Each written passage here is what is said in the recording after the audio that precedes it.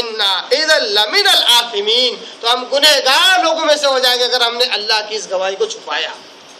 یہ آیت نمبر 136 سورہ مائدہ، اس میں گواہی کے چھپانے کو کیا کہا؟ گنہگاروں میں سے شامل ہونا اللہ نے قرار دیا ہے۔ اسی طرح سورہ نساء کی آیت نمبر 135 سورہ نمبر 4 اس کی آیت نمبر 135 کے اندر اللہ تبارک تعالیٰ گواہوں کے تعلق سے کہتا ہے،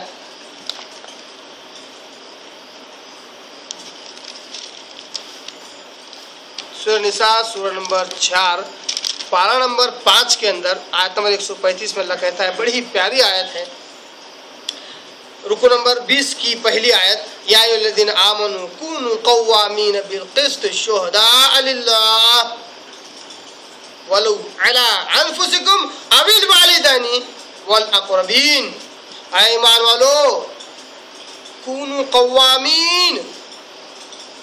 بالکل صحیح سیدھے گواہی دینے والے بن جاؤ، بالقسط پورے انصاف پسند بن جاؤ، شہداء گواہ، گواہ کیسے؟ قوام، بالکل متوسط صحیح انصاف پسند گواہ بن جاؤ اللہ کے لیے، ولو علی انفسکم، چاہے اپنے آپ کے خلاف کیوں نہ ہو، او الوالدین، یا تمہارے ماں باپ کے خلاف کیوں نہ ہو، صحیح گواہی دو، والاقربین، یا تمہارے رشتہ داروں کے خلاف کیوں نہ ہو، مگر گواہی صحیح دو، حق پسند دو، حق پر مبنی دو، عدل و انصاف والی گواہی دو۔ یکن غنیا او فقیرا، جس کے خلاف ہے، جس کے تحت تم گواہی دے رہے ہو، چاہے وہ امیر ہو یا فقیر ہو، اس کی پرواہ نہ کرو۔ انسان جب گواہی دیتا ہے تو یہ دیکھتا ہے، زیادہ اگر مالدار ہے تو اس کا لحاظ رکھتا ہے، تو گواہی دینے میں الفاظ کو ہیر پھیر کر دیتا ہے، غریب ہے تو ڈرتا نہیں ہے، یہ کیا بگاڑ لے گا، کچھ بھی بول دیتا ہے۔ اللہ کہتا ہے چاہے وہ امیر ہو چاہے غریب ہو، یہ مت دیکھو کہ وہ کیا ہے،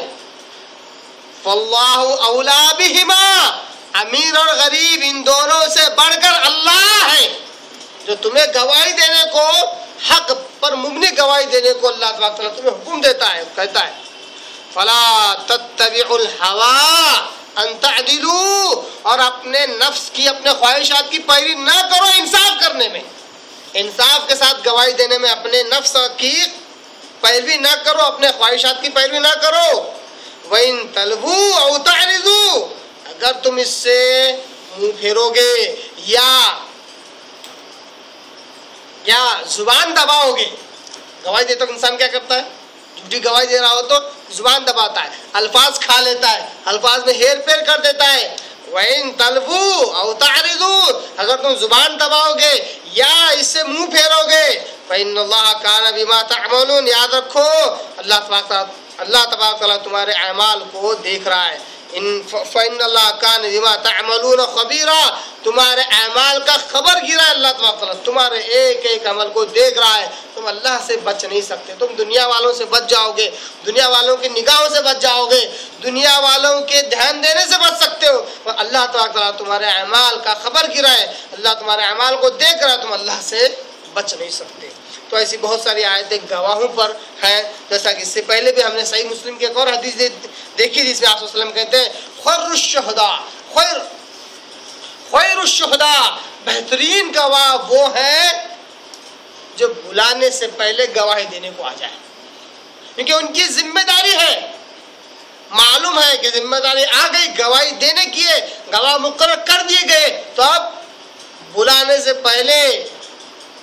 ان تسألوا، بلانے سے پہلے وہ آ جائے گواہی دینے کے لیے، بہت بہترین گواہ ہے۔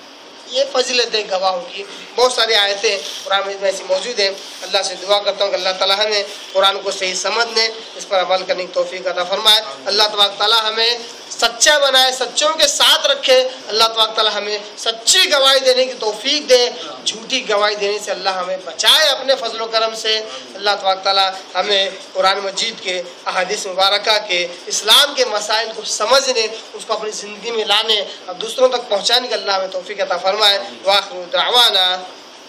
الحمدللہ رب العالمین۔